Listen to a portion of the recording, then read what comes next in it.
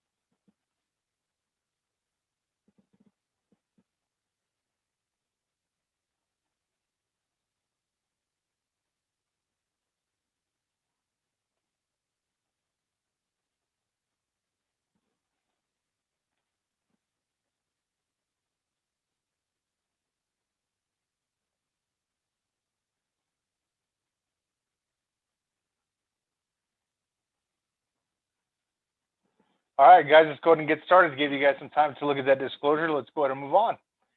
All right, so remember to like, share, and follow us on social media, facebook.com/daytradesmart. On Instagram, it's daytradesmart and the number 1. And then, of course, here on YouTube, The Proving Ground, make sure you hit that subscribe button. And if you guys have any questions beyond that, of course, you can always email us, info@daytradesmart.com. So last week, we talked about the possibility of talking about risk this week. So we're going to go ahead and move along with that. And today's topic is going to be understanding risk. So money management, the money management facet of, or the risk facet of money management. So let's go ahead and get right into it because I want to kind of break some things down for you guys and show you some numbers and kind of what that looks like so that it's palatable for you. Now, mind you that a lot of things that I might show you today may not be things that you could necessarily replicate or be able to, even possibly explain the same way, but it's important for you to at least know that so that you understand the importance of risk and why it's not wise to just allocate what kind of risk or what lot size you would use on a trade without, having some forethought into it. There are a lot of traders that will approach day trading and just kind of throw up a number in terms of their lot size. And sometimes the lot size may be too big for them to be able to withstand in their account long term. And other times it may be too small, right? And you're leaving money on the table. And so having a method in which you determine what your risk should be is going to be optimal. So let's go ahead and get into it here. All right, so our risk percentage represents the percentage of our account we're going to risk on a trade, right? So understanding how to properly apply a risk percentage is one of the top priorities when creating a trade plan. So here's a simple guide to setting up an appropriate risk percentage. Now, mind you, these numbers here that I'm going to show you are just some good guides to kind of get you thinking in that direction so you can see that it's kind of a range, but I'll break down to what we're looking at here so you can understand it a little better. So here we're looking at any trades that are 70% or greater in their win percentage. That means that you win 70% of them or more. Obviously, you would have to have a risk to reward, so your stop loss could not be greater than 2 times your take profit. And so you'll notice that this take profit over here where it says divide SL, divide stop loss by 2, that's the minimum take profit. So if you can divide it by more, obviously great, right? Because if you had a, let's say a 20 pip stop loss and, you could have, even a 20 pip take profit, obviously that's not dividing it by 2, but dividing it by 2 gives you your minimum take profit. So 20 divided by 2 is 10.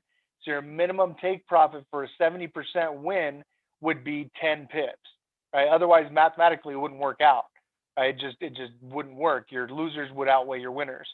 And we've covered this on other sessions. So if you're not sure about that, go ahead and review some of the other sessions. Now you'll notice that we do have a very big range of about 10%. And then and so the stop loss being divided by 2, you can see that that's, that'll work at 70, but at 75%, the minimum actually, goes up. And of course at 79% and so on and so forth.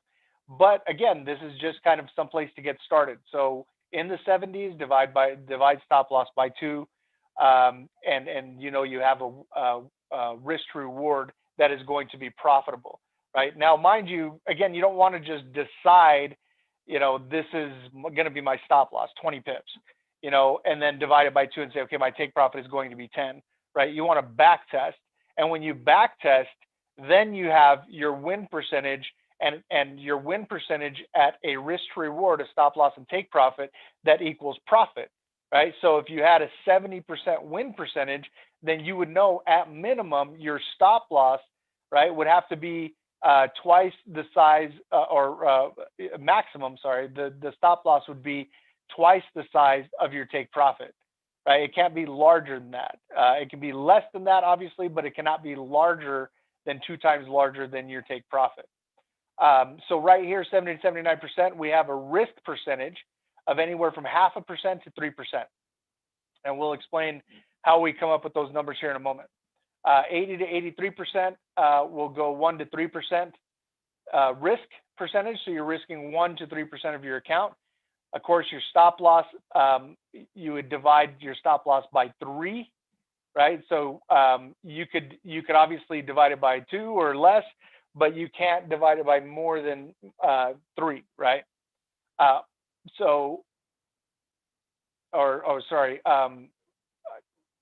I'm getting you guys all backwards. I apologize.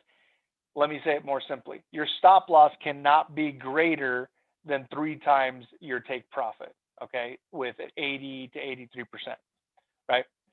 84 to 86%, you can risk anywhere from 2 to 4% risk of your account per trade, and your stop loss cannot be greater than 4 times your take profit, right? So it has to be 4 times or less your take profit. 87 to 89, you can risk 3 to 5%, and your stop loss cannot be greater than 5 times your take profit. Same with 90% plus. Okay, so at 90% or greater, back tested, you would have a stop loss that is no more than 5 times greater than your take profit. Preferably a lot less, but no more than that. That would be the maximum amount, right? And you would have 4% to 5% risk that you can play around with. Now, below 70%, all of our traders that go through our program, we want them to be at 70% or greater.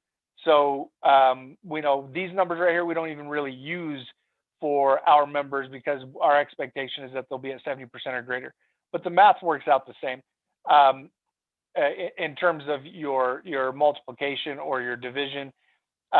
Here, if you had let's go from 60, if you had a 60% win percentage, I would recommend, anywhere from 0.5% to 1/4%, and then you'd multiply your stop loss. So instead of dividing, you would multiply your stop loss by a minimum of 1.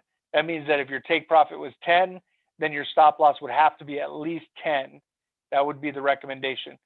If it's 50%, your take profit would have to be double your stop loss. 40% would have to be triple. 30 would be quadruple, and then 5 times as big as your take profit. So your take profits in these examples below 70% would be equal to or larger than your stop loss, which obviously makes people more comfortable, right? My risk is smaller than my reward in terms of trade by trade. Now, obviously, what determines whether one is going to be more profitable than the other are the other factors, right? And we'll break these down here in a moment. And you can see across the board, the risk percentage is going to be anywhere from 1/4 to 0.5% across the board. Primarily because when you have lower win percentages, the probability of having those back-to-back losers is much larger, right? And that's kind of what we want to talk on. We want to elaborate on that today. Okay, so let's talk about why we use these risk percentage numbers, okay? Because there's some forethought that goes into this. So let me bring this over here. So just as a refresher, let's kind of go over some of these examples. So here are 70% plus, here are below 70%. Now, let's say that we have our first example with a $2,000 account, and we have an 80% win rate. Now, if we look over here, 80 to 83, we're dividing our stop loss by 3, right? So we're just going to use these numbers, right? Even though you can move these around. Obviously, you can make them more optimal. You could use a 2-to-1 or a 1-to-1, but you can't use greater than a 3-to-1, right? So if we're using a 3-to-1 risk-to-reward ratio and our stop loss is 21, then what's 1/3 of that? Right? That would be 7, right? So our take profit would be 7. And so our lot size, if we're risking, right here, 80 to 83, and we're at 1 to 3%, right? And we're just at 80, so we're at the low end, and we're all the way to 3-to-1 ratio, then we probably just want to use that 1%, right? So if we have a $2,000 account and we're using 1% of $2,000, then that would be 20 bucks, right? We would be risking $20, and we'd be risking $20 in 21 pips, right? So that would be a lot size of, so if we did 21, it would actually break down. So 21 divided by 10 would be about $2.10 per pip. So that would be, or $2.01 per pip, actually. So that would be a lot size of, matter of fact, we probably can't do, no, I know we can't with most brokers. So 0.2 is likely going to be your take profit, or your lot size rather, which is $2 per pip. If we did, actually, no, we could do $2.21. No, that's right. We can do a 0.21 because the 0.01 is 10 cents per pip. 10 times would make $1. So yes, that's correct. 0.21 would be the lot size. So in 10 pips, if we had, or rather 21 pips, man, I'm getting this all messed up. Okay, we want $20, right, in 21 pips. That's where I figured we would not be able to use. Okay, so I just divided the wrong thing. This is what happens when you do it live. All right, so if we had $20, right, and so you're going to see that this is not going to be able to divide correctly, right? So 21 divided by 20, and we're looking at about $1.05 per pip, right? Which we can't use a lot size that would represent $1.05, $1.05 per pip. So it would be 0.1 lot size. So we could even do, let's see, a 0.1, 21 times. Yeah, that would be fine. So 0.1 would be our lot size. And in 21 pips, that would be $1 a pip. So yeah, that's right. I don't know what I'm thinking. So we would have our 1% of our $2,000, right? Actually, it'd be a little bit less than that. But let's just use a 0.1 because we've already spent too much time on that. Because it would actually be $21, which would be more than 1% of 2,000. Okay, so if we had 8 winners at 80%, right, and if we just use the same lot size, so we're just going to assume the same lot size here just to kind of show you how this breaks down. Then I'm going to show you how it would actually break down chronologically, right? So 8 winners at 0.1 lot size, which is $1 per pip for 7 pips, which would be our take profit. So we'd win $7 per trade, right? So 7 times 8, and we would have 56 bucks, right? So our winners would be 56, and our 2 losers would be 42, which would equal profit, right? Okay. Now, our second example, we have an account balance of $5,000 with a 70% win rate, okay? So if we go here, 70% win rate, we know that if our take profit is 10 pips, like it says here, then what would our stop loss be, right? So our risk to reward, if we went to 70 to 79%, it would have to be at least a 2 to 1, right? So we'd have a 2 to 1 risk to reward.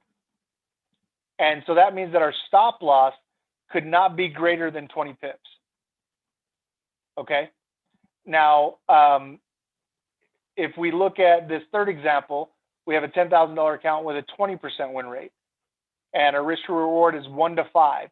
That means that we're risking 1 for 5. So if we had a 50 pip take profit, then our stop loss would be 1/5 of that, which would be 10. Okay. So again, we look here and we go here to 20%. We can see multiply by stop loss by 5. So our stop loss, which is 10 multiplied by 5, would be 50, right? 10 times 5 is 50. Okay. So let's break this down here for a moment. Let's say that we have this first one, which is 80%. So let's find 80 right here. Now, if we took 10 trades, okay, what would the probability be that we would have one streak of back-to-back losers, right? So that means we lose a trade, right? Yes, that is, the probability is present. We could lose 2 back-to-back losers with an 80% win percentage. Could we lose 3 back-to-back trades? No, we could not lose 3 back-to-back trades because there are only 2 losers in 80% win rate out of 10 trades, right? We have 8 winners, 2 losers, right? We could have 1 loser, we could have back-to-back 2, we could have 2 back-to-back, so on and so forth. But we can't have 3, or we can't have more than 2 losers back-to-back because there are only 2 losers. Now, if we took more than 10 trades, okay, then we could have more than 2 back-to-back losers. Okay, but there's kind of a threshold there where it's right about 4, 4 back-to-back losers. After that, it becomes improbable mathematically that you'll have more back-to-back losers than 4 with an 80% win rate. Okay, so you could be taking, 1,000 trades, and out of those 1,000 trades, you may have, a sequence of trades where, you won one, you lost one, you won one, you lost one, you lost one, you lost one. You could have those 4 back-to-back losers, maybe even 5. Not likely, but it can happen. Maybe even 5, but into 6, it becomes mathematically improbable if you're maintaining that win percentage. Okay, and this becomes relevant to setting our risk reward here in a moment. So hang out with me here for a second. Now we go to 20, right? 20% win rate. Then can we have a back-to-back losers? 2 losers back-to-back? Yes. Can we have 3 losers back-to-back? Yes. 4, 5, 6, 7, and even 8 losers back-to-back, right? Because there's 8 losers out of 10 trades when you're trading at a 20% win rate. Okay. So you can't have 8. Matter of fact, you can have even 16 if you're trading more than 10 trades, right? Obviously, you're going to be taking more than just 10 trades if you're wanting to become a professional day trader. So once you start getting into 20, 30, 50,000 trades, you'll have sequences where you have a series of back-to-back losers, 16, or maybe even more than 16 back-to-back losers. So you want to account for that with your with your risk percentage. Okay. So if we used 6.3%, so here's the threshold for a 50% drawdown of your account. If we use 6.3% risk per trade, after 8 losers, we'd be drawn down 50% of our account, right? Which means right about 13 trades, we would lose our whole account. Now, if we know we can hit 16 trades in a row, right, then we don't want to do that, right? Because then we would lose our whole account. Okay, so let's look at, I'm going to show you guys a setup, and then here's some backtest data. But let me pull up the setup here so you can see what we're actually testing. So I'm just going to show you what happened today. So we're just using a 15-minute, this is what we call a clean pressure chart. And you can see we only have the pressure indicator, and we want to wait for those candles to be above that clean pressure, that pressure indicator. And we want a certain amount of points to not be against us within these indicators and this indication right here. along with whether or not the candle is above or below that pressure indicator. Okay, so I'll kind of walk you through this here as I show you some examples. We're not going to take too much time on this setup. This is the euro versus US dollar. We have a 15-minute chart and we have a 30-minute chart.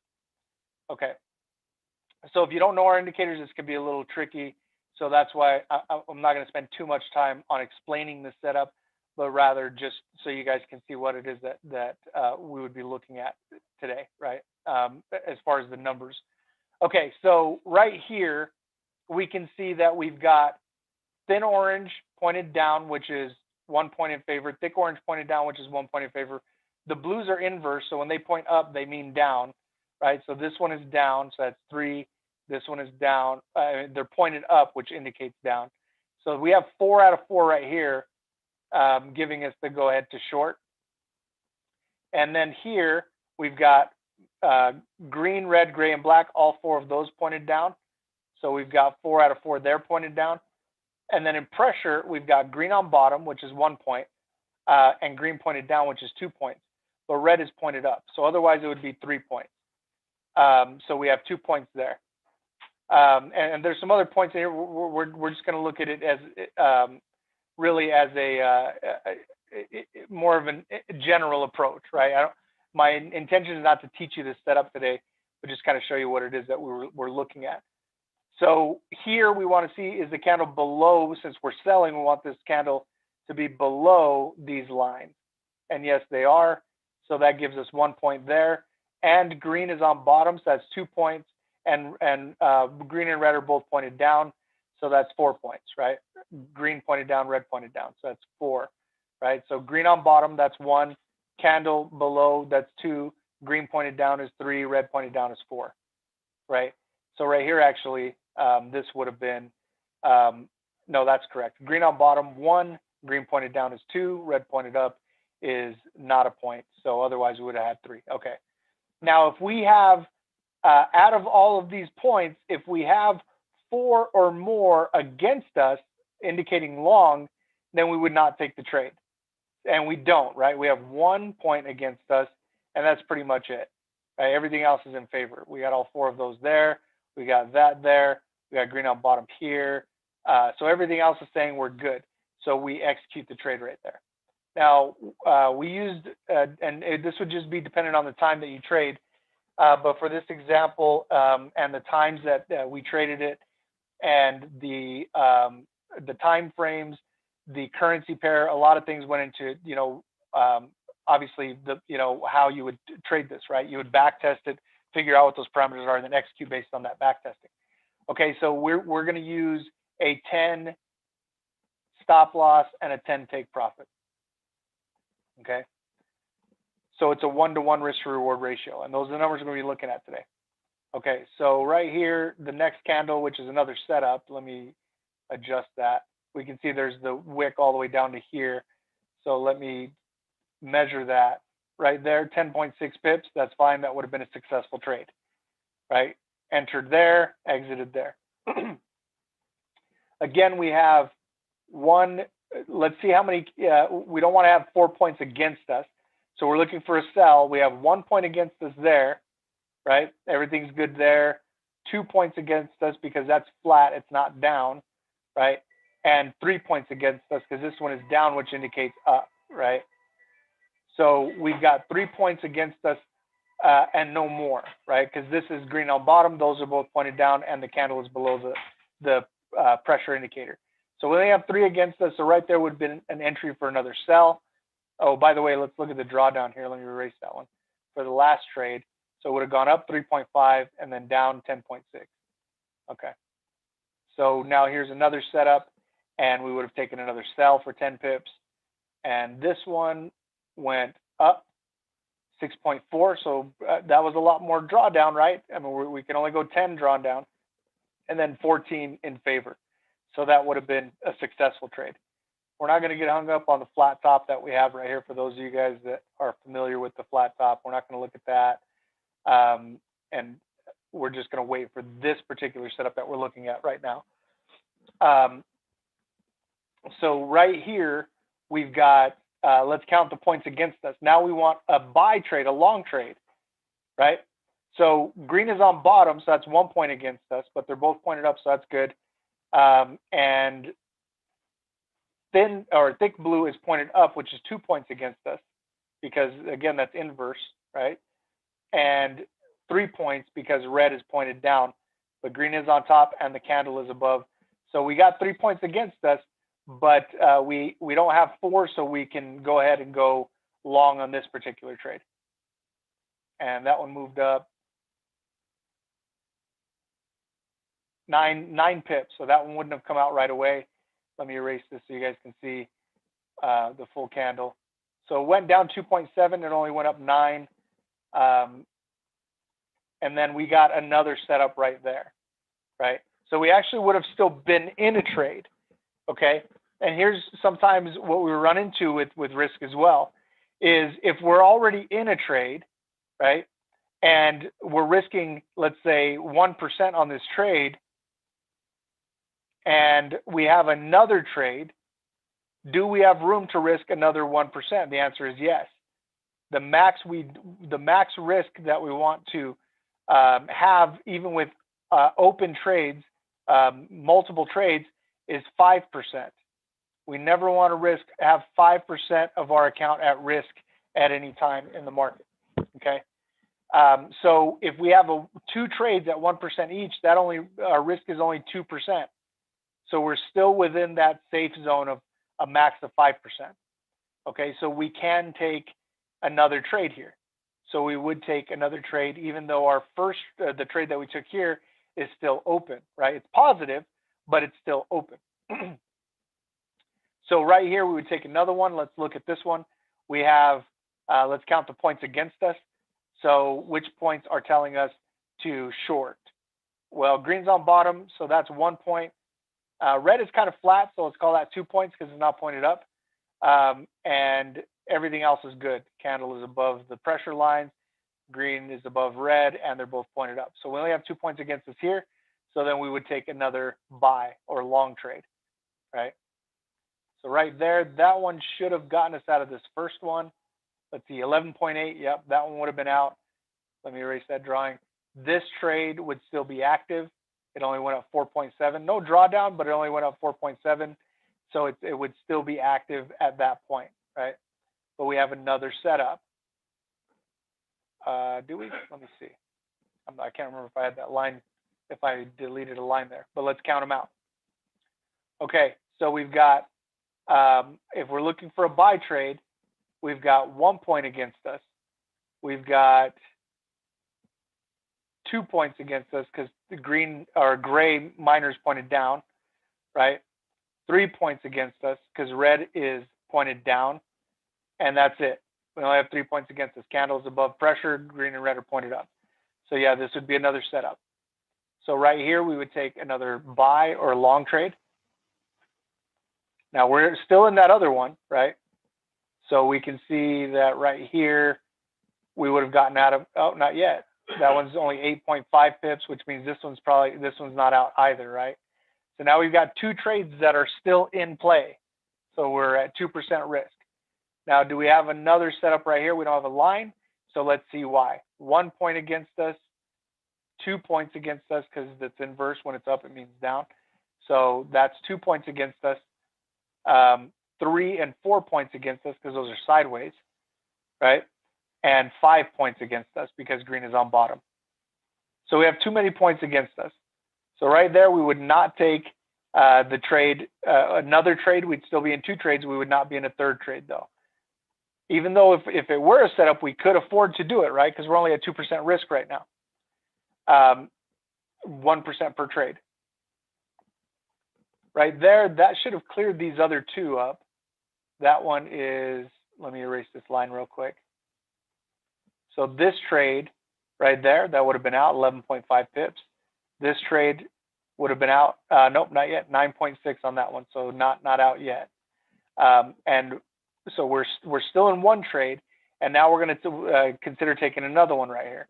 So let's count the numbers that are against us, right? 1, or sorry, that's for us, right? Because we want to take a long trade. So 1 against us, right? 2 against us with the blue dotted. those all four are pointed up. Those green is on top, and they're both pointed up. Green is on bottom here, so 3, but they're pointed up, and the candle is above the pressure line. So we only have 3 lines against us. So let's go ahead and we would then have entered another buy or long trade here as well. And that one went 6.9, so this trade would have still been in. However, this one would have come out, so that one would have taken profit. But we're still in this trade right here, right? We don't have another line here, which means we don't have another setup, so let's see why. Right here, 1 point, that's flat, so that's 2 points, 3 points, because that's up, which means down, and we're looking for a buy trade. That's flat, so that's 4 points, and 5 points because green is still on bottom. So we wouldn't have taken one there, and that did move up, which is good because we needed it to move up in order to take profit on this trade, which it still didn't. That's only 8.9 pips. We can see we don't have enough points for another trade there. So we've got 1, 2 against us, 3 against us, 4, 5, 6, 7, 8 against us. So we would not have been taking a trade there. Now, for those of you guys that know these indicators and have gone and understand the program, we generally know what that means. We're going to be due for some retracement, but we're not looking at that. We're just looking at the trade setup today, and right now we're still in one of these trades. So we haven't taken any additional trades, but we're still waiting for this trade to fill. Right there, that one would have filled finally. And again, these are 30-minute candles, so each of these represents 30 minutes of time in the market, right? So it would have taken a good, hour and a half for that to fill. Okay, so that's essentially the setup that, if we were going to go back and test, we would not have considered what our stop loss and take profit would have been. We would have gone back and tested, how high up, how low it went for the times that we trade. We would have collected a specific subset of data and then analyzed it after the fact and let the data tell us how we would trade it. Now, last time we talked about backtesting, we showed you guys a very simple backtesting method where you would go back and you would just allocate a stop loss and take profit, right? Like, for example, here we would have just allocated that and said, okay, 10 pip stop loss, 10 pip take profit. Now, is it going to give me a win? Is it going to win at a win percentage that's going to equal profit, right? If the answer is no, then you got to go back to the data. It's arduous. It works. You can do it, especially when you get a yes, then it's a solid yes. It doesn't mean that yes is the best yes. It just means that it's a yes. There are other ways to backtest that are much more dynamic, and you only have to do it once and you end up with multiple yeses, but we're not going to discuss that quite yet. I still want my 1,000 subscribers. So go and tell everyone to subscribe to my channel. Once we get that 1,000, I'm going to give you guys the golden ratio analysis that will absolutely change the dynamic of how you trade and your trade results. All right, so that's the set. I don't think I have any more. No, that's it. Those are all of them. Okay, so we had 1, 2, 3, 4, 5, 6 in that sequence. Okay, good. All right, so let's look at our data. So what I did is I broke it down based on winners and losers. 1 is a winner, a 0 is a loser, and I marked it red as well. Okay. Now, when we go through this, there's a couple ways. Obviously, we could look at our winners and losers like this. There's a total of 710 trades. So the trader went through and collected 710 examples of the setup. And after they collected it, we analyzed the information, and that's how you determine your stop loss and take profit. In this case, it's a 10 and 10.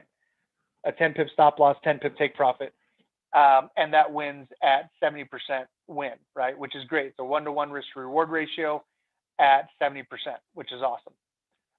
Risk, we're just going to use the example of a 1% risk for this particular trade. Now we have, so you can see we had 210 losers. So if we go through here and we count these, there'll be 210 red marks and 500 winners, which equals 70.42 win percentage, or 70%, right? our risk percentage 1%. Now we had streaks within here of winners and streaks of losers. And we used probability to break down what percentage is likely to have a streak of 3 winners, a streak of 4, all the way to, there was one, it's like 1% for a streak of 31, but there were a streak of 31 winners within this subset of data, where we had 31 winners back to back to back to back. I think it's right here. Yeah, right there. So they just one after the other for that specific time that trader was trading, so on and so forth. Okay, but it only happened once, so it only represents 1% of the streaks. Okay, so it's not really probable that that's going to happen often, right? Can it happen? Yes, obviously, and it did happen, but it's got a 1% likelihood of happening. Okay, so let's look at our losers, our back-to-back losers, because this is what's most important when determining what we're going to risk. Not our winners, our losers, okay? And that's why we refer to it as risk to reward, because, and it's not that we refer to it that way, it's just that's the way it's always been referred to as, is risk to reward, because risk comes first, right? You consider your risk first and then set the precedence for everything. That sets the precedence for everything else. All right. So in this sequence, we had 31 instances where we had a streak of 2 losers. Okay, so if I go through here, you can see right here, 2 back-to-back losers. That counts as 1. That counts as 1. So that's 2, right? So on and so forth. 3, 4, 5, 6. Look at this. Look at this, guys. This is like, but this is real, right? This is what happens. You have winner, loser, loser, winner, winner, winner, loser, winner, loser, loser, winner, winner, loser, winner, loser, winner, loser, loser, winner, loser, loser, right? It can be painful, okay? But out of all those, we can see that we had 31 streaks of 2 losers back to back. So 31 instances where you took a trade, it lost, you took another trade, it lost, okay? We had 7 instances of 3 back-to-back losers, okay? Lose, lose, lose. 4 instances of 4 back-to-back losers. So let me just so you understand, this right here, 31 of them, right? That means that that's 2 back-to-back losers. That means that that's 62 losers right there, right? This would be 21 losers, right? This would be 16 losers, and this would be 10 losers, or sorry, 5 back-to-back losers one time. So that'd be 5 losers. Okay, because it only happened one time. All right, now how likely is it that we're going to have 5 back-to-back losers? 1%. So that means 6 back-to-back losers and beyond is less than 1% probable. Okay, so if we know that 5% is very improbable but still probable, then we want to account for that when we associate risk. Okay, so if we know that at some point we're going to have 5 back-to-back losers, then we want to make sure that whatever we're risking is not going to equal devastation. Okay, so in other words, I'm not going to risk, you know, a large lot size. I'm not going to risk, you know, say, you know, 20% of my account on this trade, on a trade strategy that wins 70% of the time, right? Because 20% of my account, if I risk and I have 5 back-to-back losers, it doesn't matter if it only happens 1% of the time. All that has to happen is that it happens once and my account is gone, right? Because although I'm risking 20% of my account, the brokers will not allow for you to go to 0, right? You got free margin. And so at some point you get cut off, okay? So if I risk 20%, I wouldn't even last to the last stop loss of my 5th trade before I got margin called and my whole account is gone, okay? Now, you want to make good habits in being a professional day trader. That means that if you shouldn't do it long term, then you shouldn't do it at all. Therefore, never risk 20% of your account, okay? Because the worst thing that can happen to someone that does that risks 20% of their account or risk something that they shouldn't risk or do something that they shouldn't do is that it works. That's the worst thing that could happen to a trader, is that it works. The wrong thing, the bad thing that you're doing works, and it pays you, okay? Because then you get that dopamine rush, all right? And now you've got this high, and you may not know, but then you start chasing that high. Or worse, you convince yourself that you figured something out, right? That defies math and logic.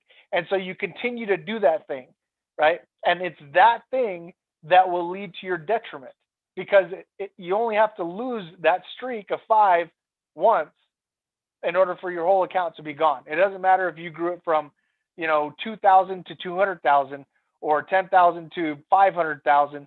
You 5 trades and it's gone, right? So don't do that, right? There's a saying, there's these trades and it's a bet the farm trade. It's a sure thing. First of all, we know better. In any respect in life, we know that there is no such thing as a sure thing, right? That's why we deal in probability, not possibility. Because if we dealt in possibility, then we would never do anything, because the possibility could exist that you wake up and you go out of your house and a plane falls on your head, or you get into a car accident on the way to work, or you choke on a chicken bone, or yes, all those things are absolutely possible and they happen every day, but we don't live our life that way. Otherwise, we become recluse and we just, starve to death because you're afraid to choke. You end up getting, committed to a psych ward and having a tube shoved down your throat because you're not eating in fear of choking, right? It's not rational. Okay, so we always deal in probability. That's what we always deal in. The probability of you getting up, just like you have for the past however old you are, and not dying that day is really good, right? To this point, you haven't died yet, so things are going really well, right? Okay. Now, if we have foresight, this is not like dying, living and dying, right? This is like winning and losing, which you can win and lose and still live to fight another day. What you don't want is to lose and not have anything to trade with anymore, right? And there's a threshold for that. You want to make sure you stay safe within that threshold. Okay, so we're going to use a really conservative threshold, all right? And so let's look at some examples here. Now, we know that we can have, you can see 31 is about as likely as 5 back-to-back losers. Right? It happened one time, here it happened one time. And this is out of 710 trades. That's not a fluke, right? That's legitimate data, 710.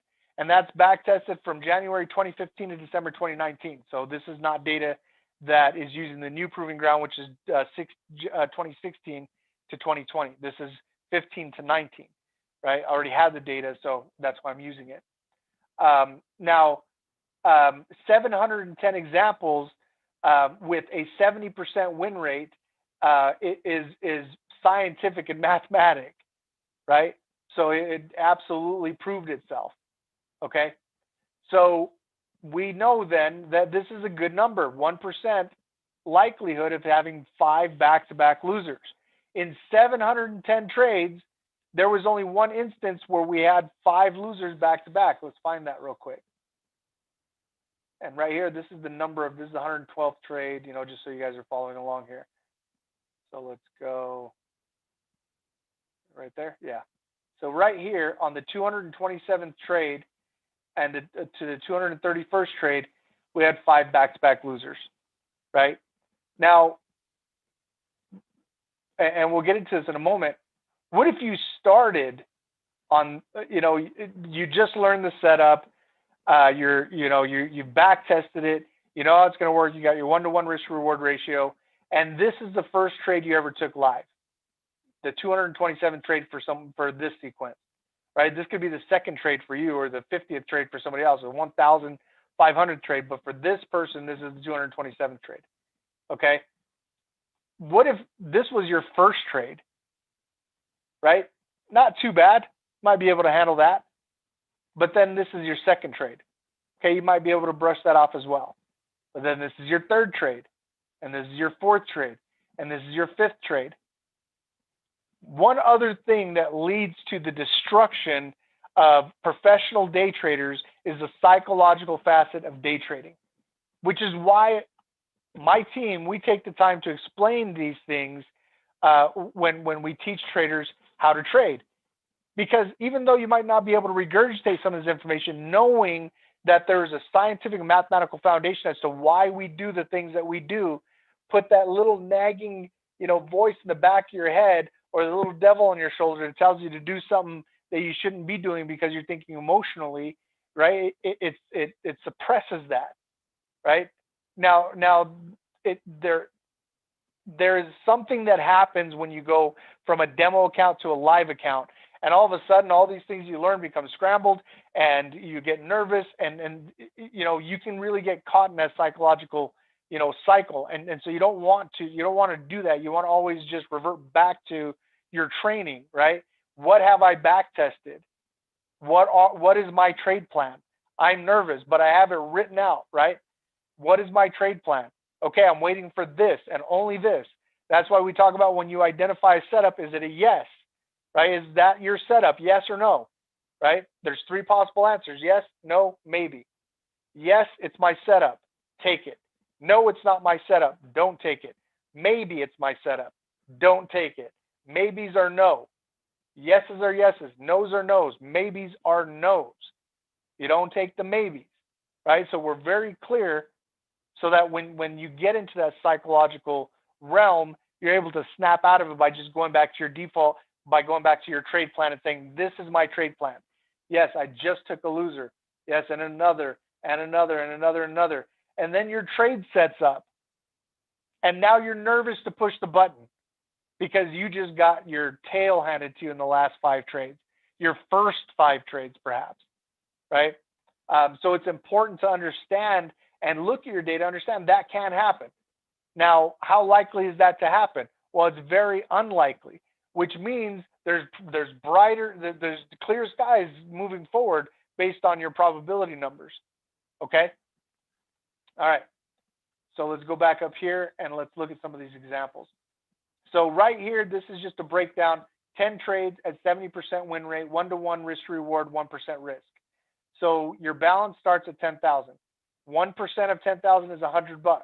Your lot size is 1.00. Why? Because we are taking a 10 pip stop loss and a 10 pip take profit.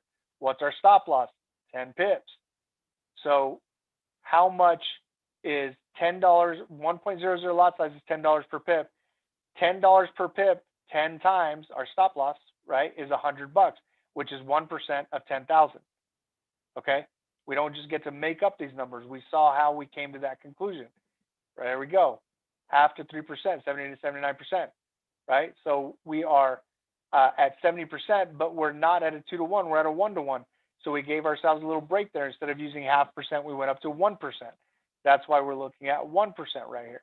Probably could even do a 2%, but let's just use a 1% because these could have back-to-back trades where you're in multiple trades.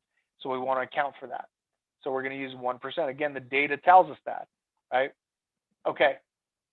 So first trade, $100. So that means, so right here we have just a sequence of, this line right here. Just took a random sequence out. So winner, loser, winner, winner, loser, loser. So there's your back-to-back, right? Because that has a 26% chance of happening. Okay. So loser, loser, winner, winner, winner, winner. Okay, for those first 10 trades. So 10,100.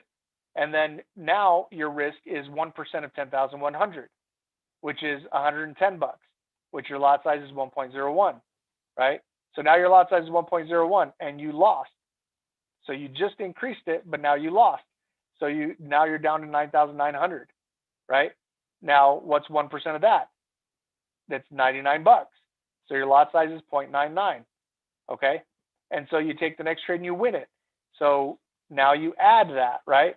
And so on and so forth and so on and so forth, right? You lose, you win, you lose, you win. Right here, after all is said and done, 70% would, and this is obviously just these 10 trades, would have been much larger than that after all this sequence. But you can see that for that 10 trades, that would have been the profit, right? $400. Okay, so not bad, right? That's 4% growth in 10 trades. And you can see just in the example that we were looking at, we knocked down how many? 6? 1, 2, let me do this. 1, 2, 3, 4, 5, 6, right? 6 trades, and that last one cleared right there, I think we said. So it's about 5 hours, right? So you definitely did some work. I mean, you just, there's not a lot of work there, right? You just looked at the setup, set your stop loss and take profit, and then waited for your next setup. So it's not like you're sitting here with your eyes bleeding, especially after this last trade, right? Because that hour and a half right there was just waiting for the trade to fill, not really doing anything else.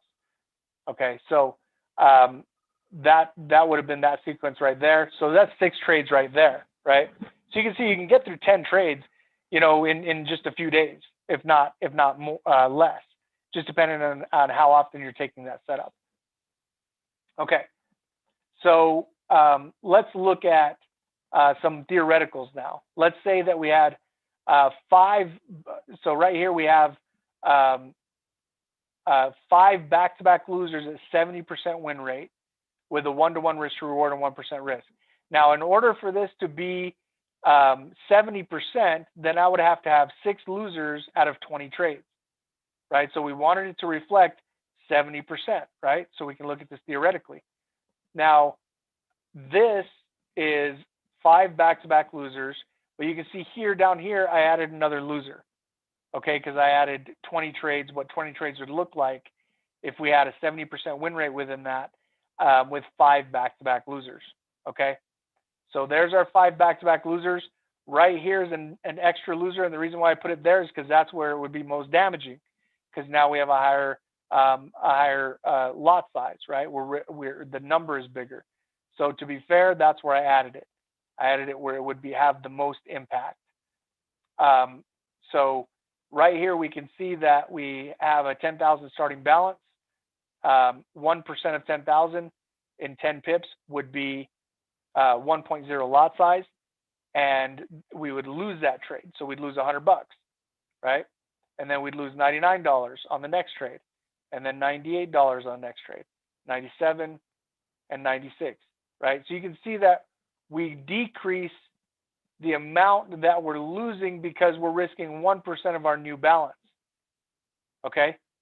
So that means that if I just looked at this linearly, then after all this was said and done, if I had a 1% risk for 5 trades, if I lost 5 of them, then I would be out 5%. That would be incorrect, right? Because I'm risking 1% on an individual trade-by-trade basis. Therefore, this trade is going to have a smaller lot size than the previous. Now, there's only so small you can get, and you'll see that. I'll show you that in the sequence. So you have to compensate for that. And I would recommend rounding up, not down, because this risk percentage gives you room to do that. It gives you some breathing room. It gives you some leadway, right? So right here we can see that, let me find one, 90, right here. So right here we used a 0.97 lot size, and we now have 9,798, right? Now we can't do exactly 1% of 9,798 because we can't have a lot size small enough to do that, right? So right here, we just round it up to 98. So because that's $2 away from 9,800, $2 away. So we're just going to make that a $98, which is 1% of 9,800. But see how we're rounding up, because that's not 9,800, that's 9,798, right? Okay, and then so there we would win $97.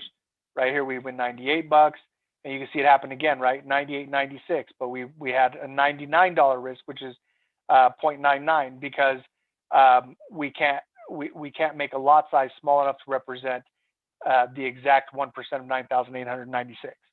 Okay, so I hope you guys are following me here. All right.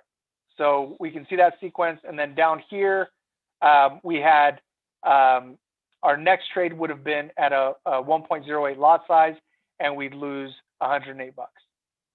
Right there, we'd lose right there, because now this represents 1% of this new balance, and we lost this next trade. So there it is right there.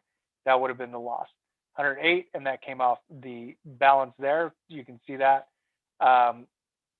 10,823 to 10,715, and then we won the next trade at a lower lot size, which brought us to 10,822. So those 20 trades would have equaled $822 in profit. Okay. Now let's look at 16 back-to-back losers. So here, I'm going to try not to lose you guys. 20% win rate. Okay, so this is now using the far extreme. We're going the other way. We're looking at if we only win 20% of our trades. So 2 out of 10 trades win, 8 out of 10 trades lose. Okay, you can still be profitable with this, but there's a whole other psychological facet to this that I'm going to explain here. Okay, so we can see that if we had 16 back-to-back losers, right? You can see we lost 100, 99, 98. Now we're risking 1%, which is more than we should be risking at 20%. Okay. Look at how bad this gets really quickly, which, by the way, with a 20% win rate, you can actually lose more than 16 back-to-back trades. It is there. It is, the probability is there. Okay. Once you get into, more than 20 trades, when you get into 100 trades, 1,000 trades, you can have instances where you have more than 16 back-to-back losers. Think about the psychological facet of that, right? I mean, if you can't handle losing 5 back-to-back, how are you going to handle losing 16 back-to-back, or regularly losing, 8 or 5 or 6 or 7 back-to-back trades losing? Okay. Now we're using a 1-to-5 ratio. Okay, because that's what it calls for with 20%. We can't use it. We can't use the same 1-to-1 that we were using. It wouldn't be profitable. So we got to use a 1-to-5. That means that if we're risking 10 pips, then we're making 50 pips. So 20% of the time, we're able to get 50 pips before it draws down 10 pips, which is still profitable, right? It's profitable, but because the risk has to be lower, then becomes less profitable in the grand scheme of things. Obviously, you don't want to trade at 20% win percentage. That's for the birds. Okay. Now we can see here that linearly 1%, and again, you can see that we made those adjustments. So I'll show you right. Let's see, where is it? That's 89, 88, 87 right here. So this one's 87, right? We're risking $87 because the risk is 86.91. So we can't do 1% 86.91. So we're going to round it up to 87, right? And that should actually be 87. Okay. So we lose 87 bucks there, so on and so forth. Now right here, we win, and we win at 0.85 lot size, okay, for 50 pips. So you can see it jacked us up quite a bit, right? Because we're going 5 times, our take profit is 5 times greater than our stop loss. Okay, so instead of losing 86 bucks, it's 86, or in this case 85 bucks. It's 85 times 5 would be our profit. So you can see we went from 85 to 89, and then we won the next one, 93, won the next one, 98, and finally the last one in this sequence of 20 trades, 10,343. Our profit would have been 343. Now check this out. I want to point something out though. This right here, 4 back-to-back winners, okay, in a 20% win rate is probably 1%. Okay, so even if you just had 16 back-to-back losers, you could snap that with a winner, but that doesn't guarantee you're going to have back-to-back winners. Matter of fact, it's not likely that you have back-to-back winners. So that means that it'd probably take you more than 20 trades to dig out, right? Because we started with 10,000 and we got profitable on that last trade right here. Now, realistically, if we're risking 1%, obviously we could still go back, we could still take 3 or 4 more trades, 3 or 4 more losers, and then hit the winner and still get to break even or close to, right? Because we're making 5% on the trades that we win here, and we're risking 1%. Now, I understand how that can seem to be more appealing, but what should be appealing is what makes you the most dollars overall, not just per trade. Is this trade per trade more valuable? Yes, $425 for that trade, $445, $465, $490, right? Now let's look at the 10,000 trade up here, 70%. That's only making you $100, right? But look at how much more profitable it was. 10,822 versus 10,343, right? So this is the number that you're after. Forget the rest. Win percentage, you can't pay your bills with. Getting a whole bunch of pips, you can't pay your bills with unless those things equal profit. Now, if you can make more profit with a smaller win percentage or less pips or a combination of the two, then you would do those things. Again, I don't recommend doing a 20%. That's just ridiculous. Again, but the reason for that is psychological facets, not the profitable facets. But the psychological facets will stop you from making the profit because you'll start to call audibles and change your trade plan and think emotionally and make mistakes. So you don't want to do that, okay? All right. So we can see 1% at our lowest, we were down 15% on this account, okay, before this happened. We're down 15% on our account. You would be down 15%. That's something you got to get used to if you're trading at a 20% win rate, which is why you should not use a 1% risk, because you don't want to have your account drawn down 15% or more than 5%, right? You don't want to have those lulls and then have to dig out of them, right? It's emotionally and psychologically taxing. Okay, so that's part of the reason why you want to use a smaller risk. The other one is, like we talked about, is if you use too large of a risk, then you can blow up your account in a small amount of trades. And when you hit those back-to-back losers, which you will have eventually, right, you're going to blow your account. So it's not if, but when. Okay, so that's why it's important to understand how to apply risk and why you apply the risk that you apply.